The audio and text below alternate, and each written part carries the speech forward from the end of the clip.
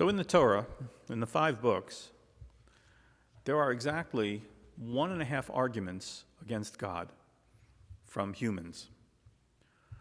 The first and most important argument, or the most obvious argument, is when the Israelites build the golden calf and God wants to destroy them, and Moses says, you can't do that.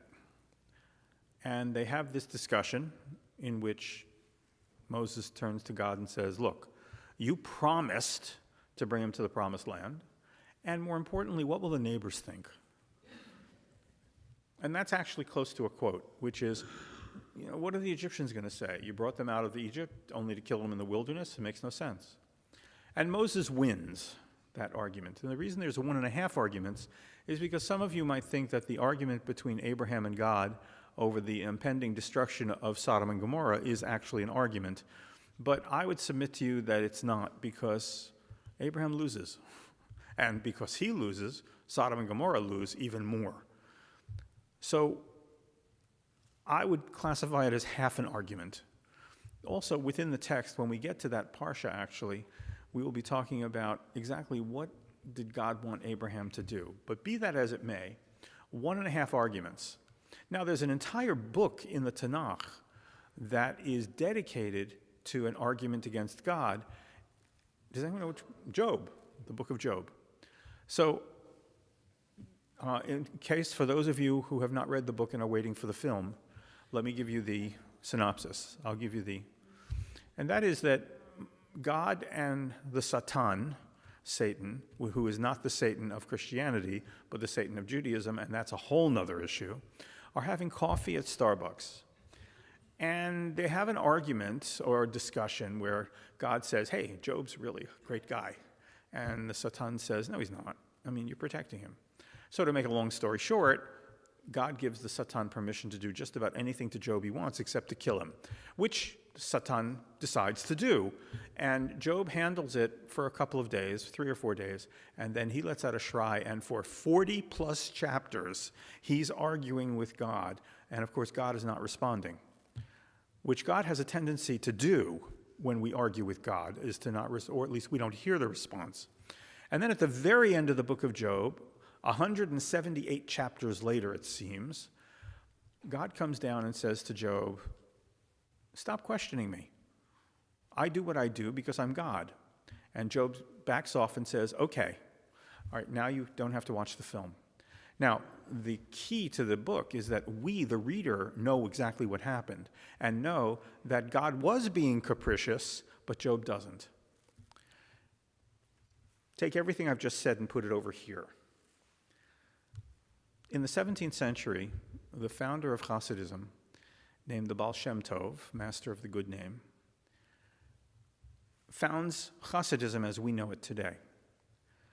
And all the Hasidim are descendant from his teachings. And there are many different stories that are taken from his exploits, both real and perhaps apocryphal. So according to one of the stories, it's Yom Kippur, and there's a big commotion in the back of the shul. And by the way, there's a whole genre of Hasidic stories about commotions in the back of the shul. This is only one of the stories. And they bring this guy up to the Baal Shem Tov, and the Baal Shem Tov says, so what's going on? He said, I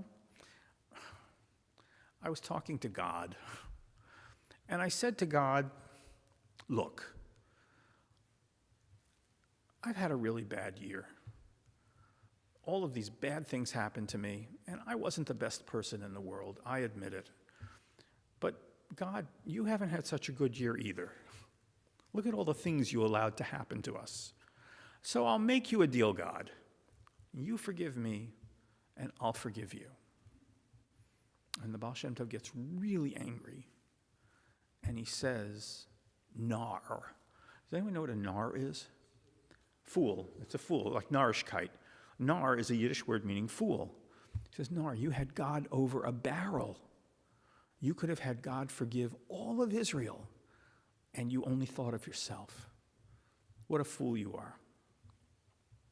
Now, we often look at these stories and we find them attractive, and we find them funny, and we find them poignant. But one of the things we don't do often enough is to try to connect the dots.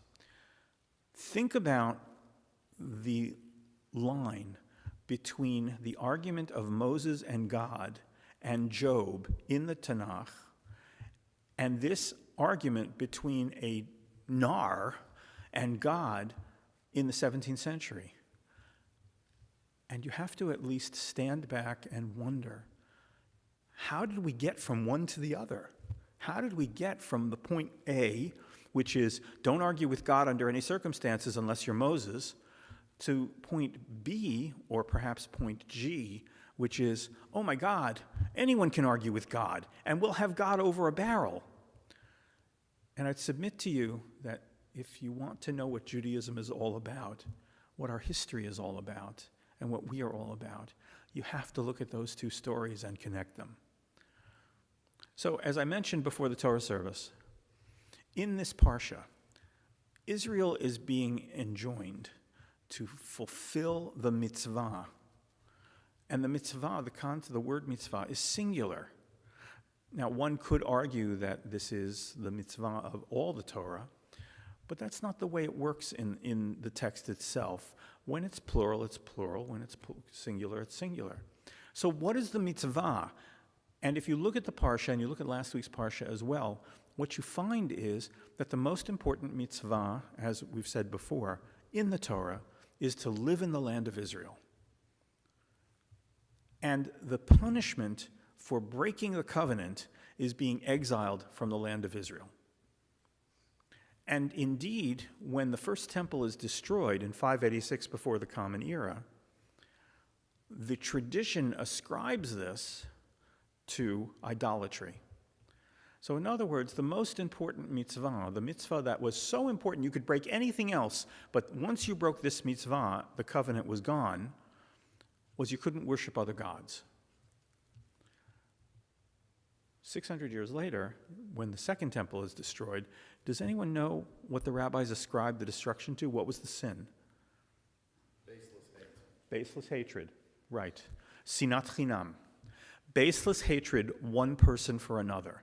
Look at the evolution of our responsibility, or the perception of what our responsibilities are that will keep us in the land of Israel. It goes from idolatry to the destruction of the second temple, where we have to treat each other with respect. And we could continue this, and I know that we're running a little early, so I could go on for another 2 hours, but to make a very long story short, by the time we get to the Baal Shem Tov, the sins for which we are required to atone on the high holidays are sins, most of them are sins against each other. Which is ironic, because the high holidays do not forbid, or do not in any way grant forgiveness for sins of one person to another. God can't do that, or God chooses not to do that. If we sin against another person, we have to ask forgiveness from that person and atone with that person.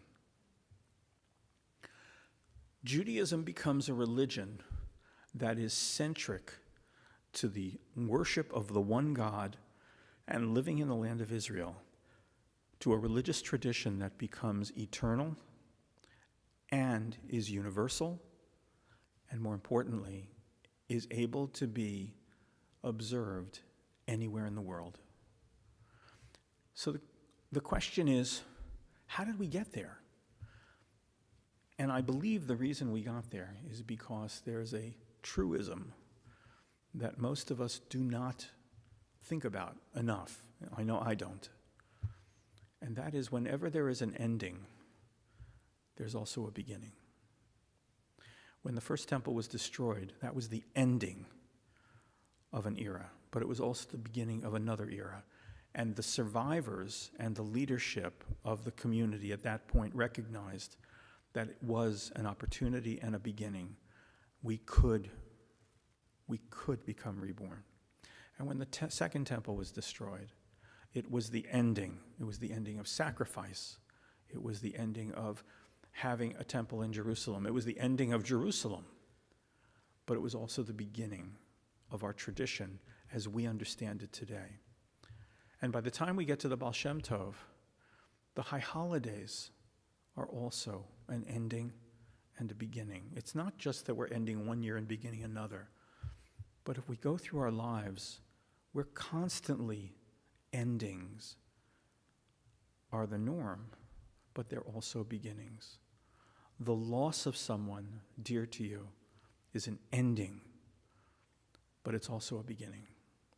And if we are able to look through our sadness, through our tears, through our grief, and realize that these are beginnings all around us, then at least for me, the high holidays become much more significant, and more importantly, become much more meaningful.